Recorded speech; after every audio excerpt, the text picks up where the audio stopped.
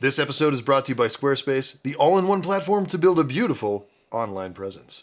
You were the one who wanted to win, and I just wanted a sister! The stereotype is that actors are self-absorbed divas. There are people like that. But so many actors that I meet are incredibly compassionate, empathetic, non-judgmental people because their entire life is perspective-taking. Yeah, I think it would be hard to not approach a character with empathy. It's all irrelevant to me, other than finding a truthful way to play something. We didn't make a difference at all.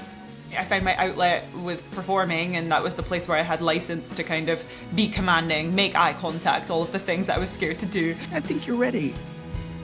Cool. The roles that you play and the journeys that you go through are healing for people vicariously when they go along for the ride. It's not just acting, it's helping people to access their humanity.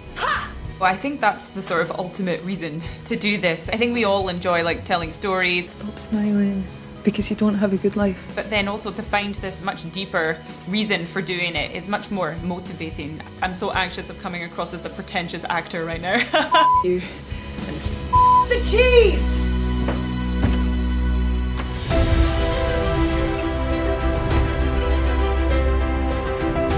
Hello and welcome to Cinema Therapy. I'm Alan Seawright, a professional filmmaker who needs therapy. I'm joined by my co-host, Jonathan Decker, licensed therapist who loves movies, and we have a most special guest today. a most bodacious and tubular guest. Hi, Karen. Hello. Audacious. Absolutely bodacious. Excellent!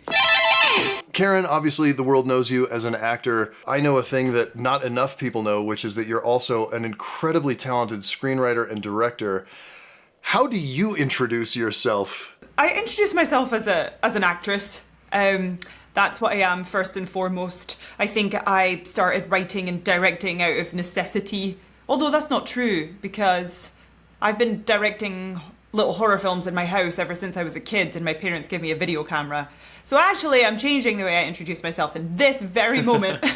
And I'm gonna say that I'm an actress / filmmaker. Self-actualization happening right here on Cinema Therapy. So this is one of our Psychology of an Actor episodes. That's right. So we're going to be talking with you, Karen, about a small sampling of your many, many roles. We're going to take a look at some of your more iconic characters and maybe some that have slipped under the radar for a couple of people. And we're just going to talk to you about thoughts and feelings and what you want to share with people about these individual roles.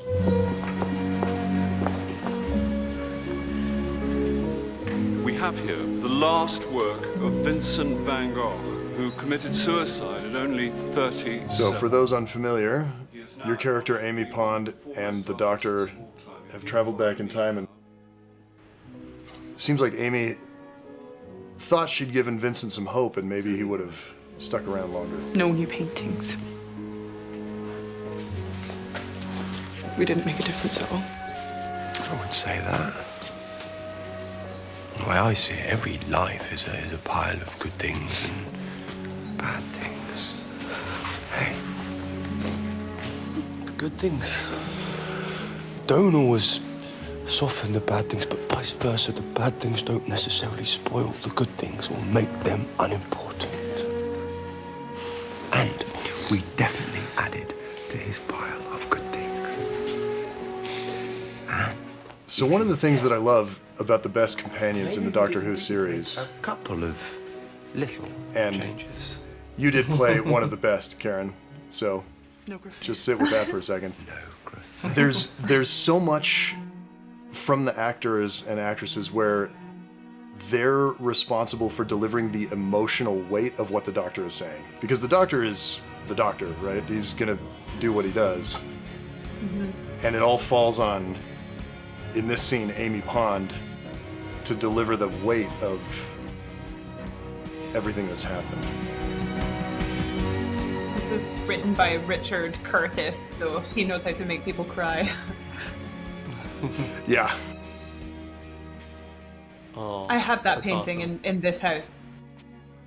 Do you have it? That's so awesome that the prop department gave it to you. Yeah, my dad sought it out for my birthday or something. He rang them without me knowing. Ultimate ginger. Really? Yeah. The ultimate ginge. Such a powerful message, this scene of Van Gogh still took his own life, and he didn't create any more paintings.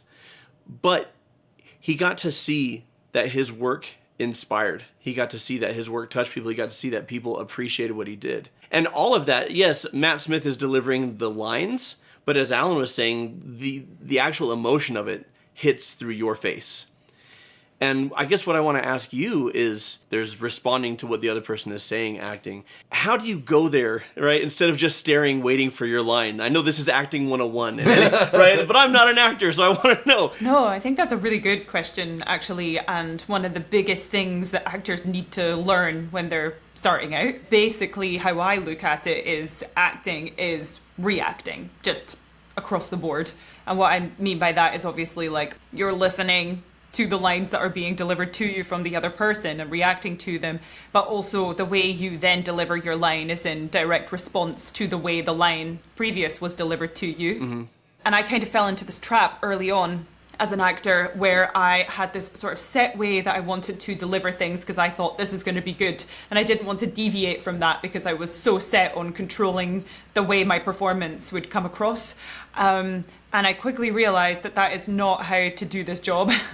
And I think of it more as like a game of tennis where you can certainly practice a bunch of different shots from different positions, but ultimately you need to go wherever the other person hits the ball to, and you need to be ready to go there. And it's just a very, very reactive sport. There's no better way for me to learn than acting alongside Matt Smith every day, though. My God, he's one of my favorite actors on the planet, and he just came in already amazing, and I kind of got better just, I think, absorbing it around from him. Hey, have you guys seen our Cinema Therapy website? Yes, I have, Jonathan. Wasn't asking you, I already know. It was so easy to build and customize using Squarespace. Squarespace has so many templates and layouts to choose from their new guided design system, Squarespace Blueprint. So once we found one that was a really good starting point, it was easy for us to customize. Way easier than it was for Thanos to rebuild his daughter into a cyborg killing machine.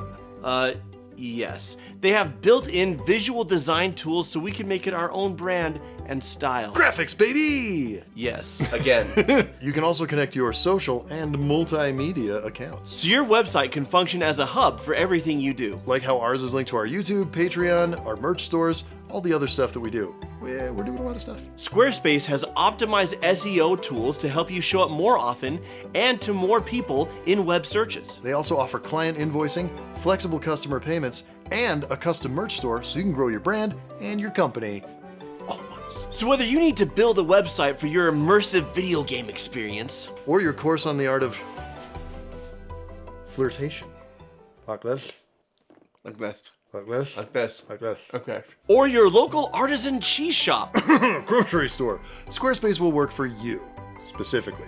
And you won't have to spend months building a website. Like we didn't, because we used Squarespace. It was quick. check out squarespace.com for a free trial, and when you're ready to launch, go to squarespace.com/cinematherapy and use code cinematherapy to save 10% off your first purchase of a website or domain. Squarespace. It's good.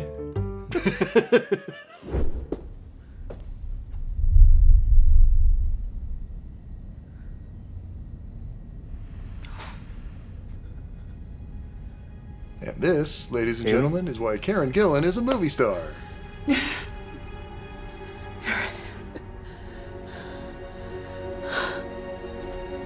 There it is. Because having seen the movie, I know what you're thinking, but in the moment, it's ambiguous. Like, knowing now, I know what you were playing, but when we're watching it, it could be horror or it could be, haha, I'm right. But the mirror turned all of their cameras away so they could. Yes! That is such sibling energy. It's, yeah, so good. Yeah. Yes. Yes. Yes!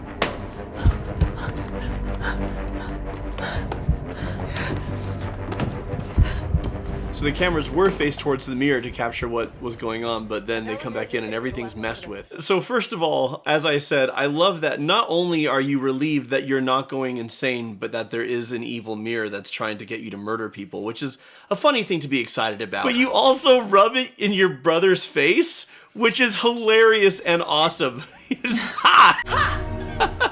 You're somebody who's afraid they're going insane. You're afraid that you're having a psychotic break. You discover that you're not. Unless you have a personal well of experience to draw from for this sort of thing, how do you get there realistically? I guess that's a question I have for you as an actor. Because there's scenes that you're like, I've lived something like this, I can access that. Sure. What about when you haven't? Well, usually my process for that would be, okay, if I haven't lived this, what is this emotion that's being, triggered in me in the scene?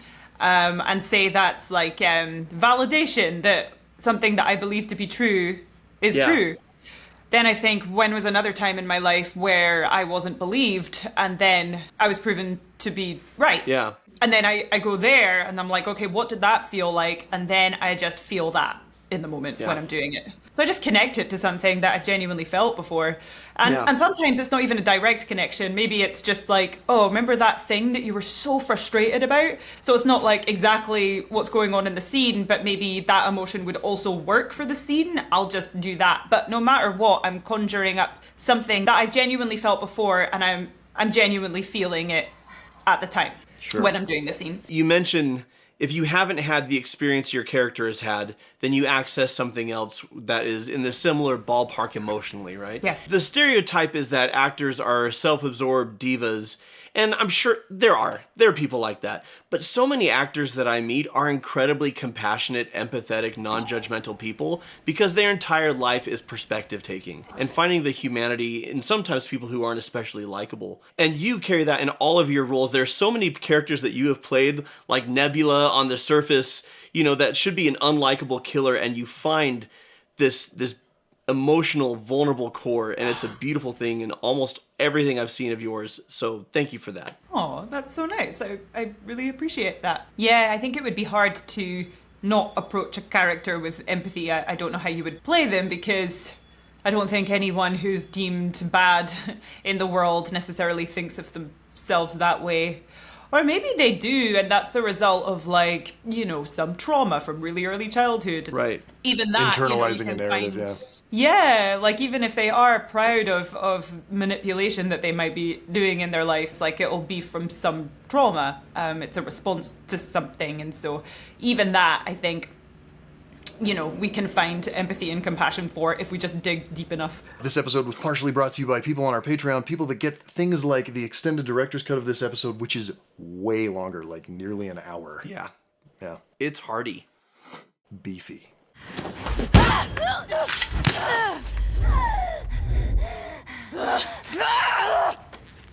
She doesn't do it. I love that they communicate in grunts.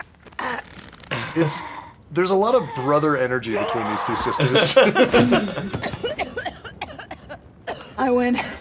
I bested you in combat. No, I saved your life. Well, you were stupid enough to let me live. You let me live. I don't need you always trying to beat me. I'm not the one that just flew across the universe just because I wanted to win. Do not tell me what I want. I don't need to tell you what you want. It's obvious. You were the one who wanted to win, and I just wanted a sister. There it is.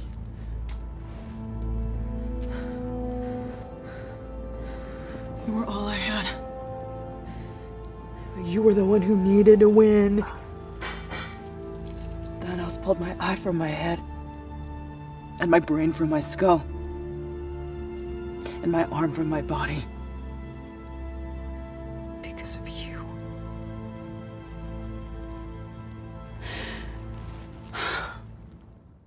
Damn, Karen. I remember watching this movie in the theater, and it's Oh, this is Gandalf the White.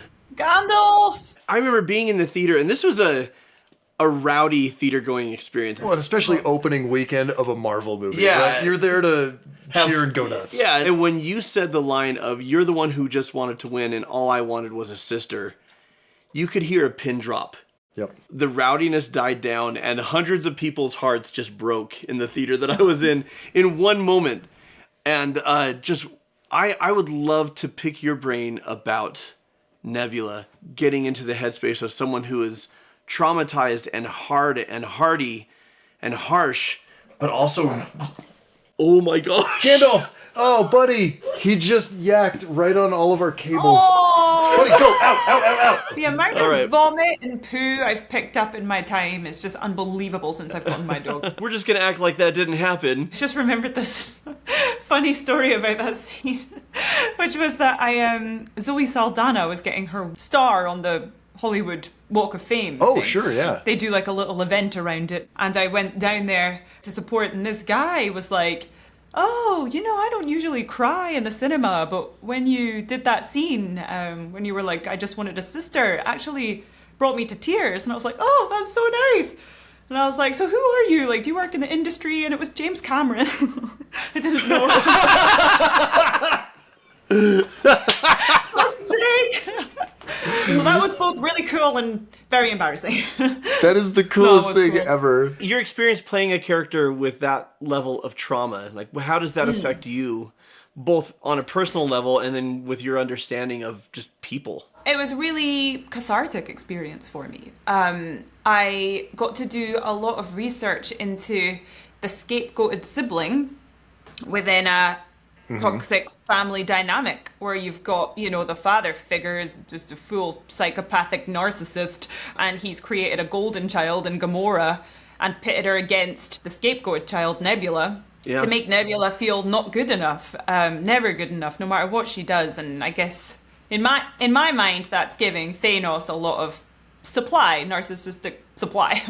Yeah, And for so sure. I just did a deep dive into what that must be like. I'm an only child, so I've never experienced that. But someone close to me was a scapegoated sibling within a dynamic like that. And it's something that I've always been like a little, maybe vicariously traumatized by. Because Sure, I'm like, yeah. no, I love this person with all my heart. How could this happen? And so it was actually like a little bit of a triggering subject matter for me because of that. But it was also like the most incredible experience to kind of turn that into something in art, basically, to turn it into some sort of positive in my own mind, and to be able to explore that and then also maybe like inject the character with more dimensions around that. Yeah. And like, truly, that subject matter is a sort of well of things to be explored. I mean, I always find something new. Every film I get to develop her a little bit more, and she's been through a sort of healing process by the latest Guardians film, Volume 3. I don't know, it was just the most incredible experience and probably the most rewarding of my whole career because I got to explore that particular theme.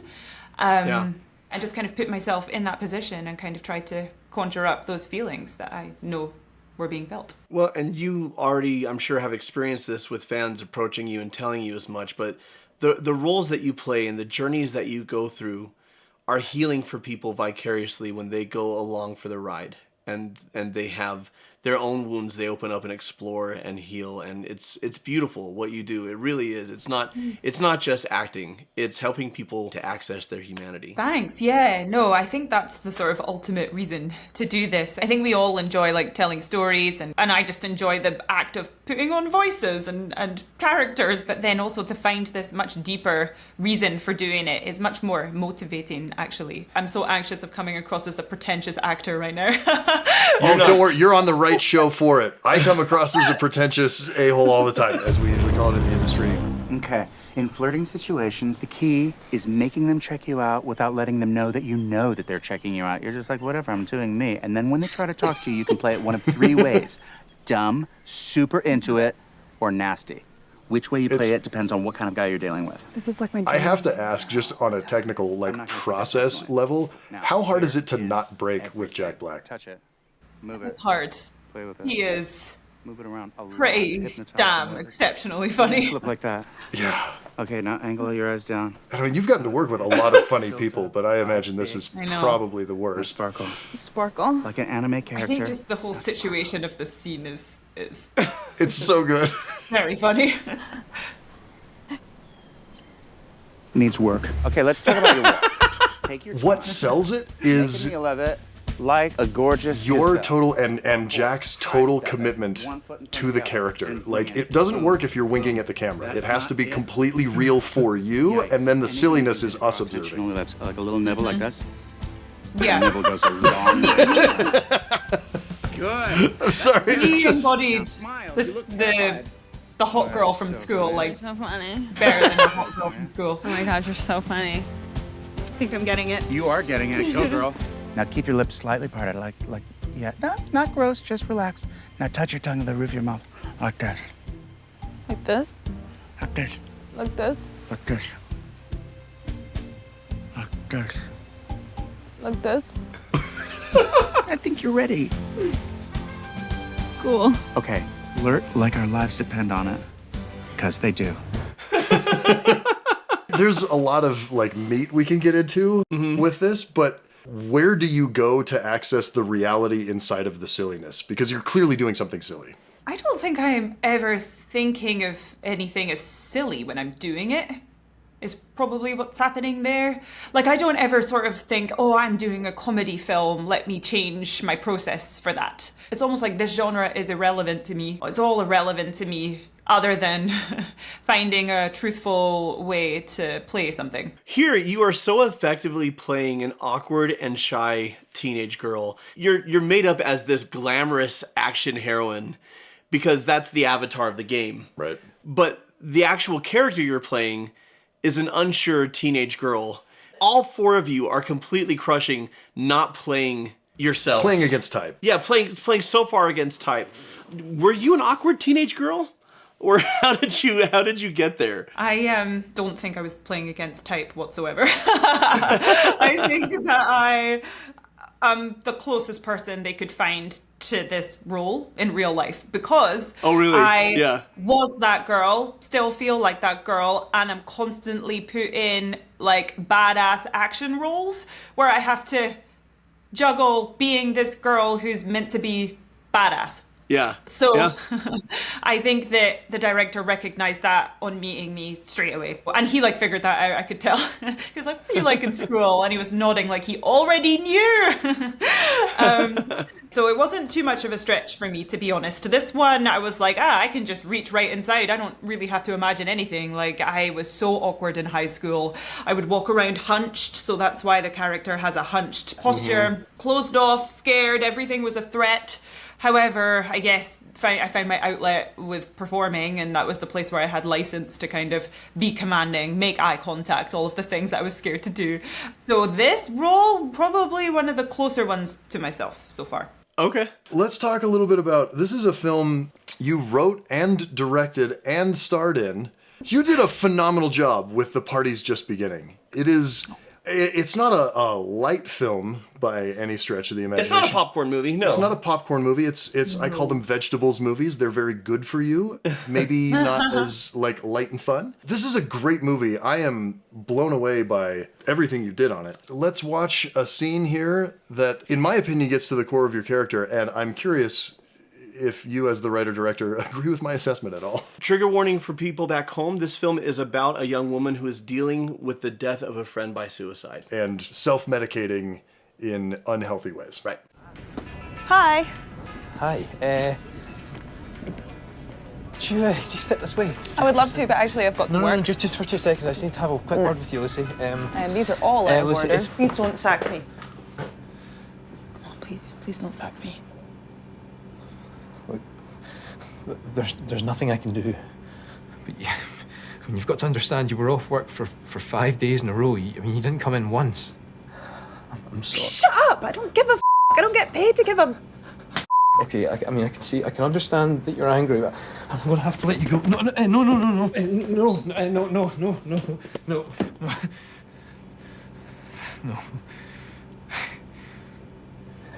Lucy's trying to deal with problems in ways that have worked before. I'm sorry, I wish there was something. Why are you so happy all the time? What? Like, why is it that every time I look over at you from the cheese counter, you're smiling? I don't know. I have a good life. Stop smiling. Because you don't have a good life. You work in a supermarket with your mum.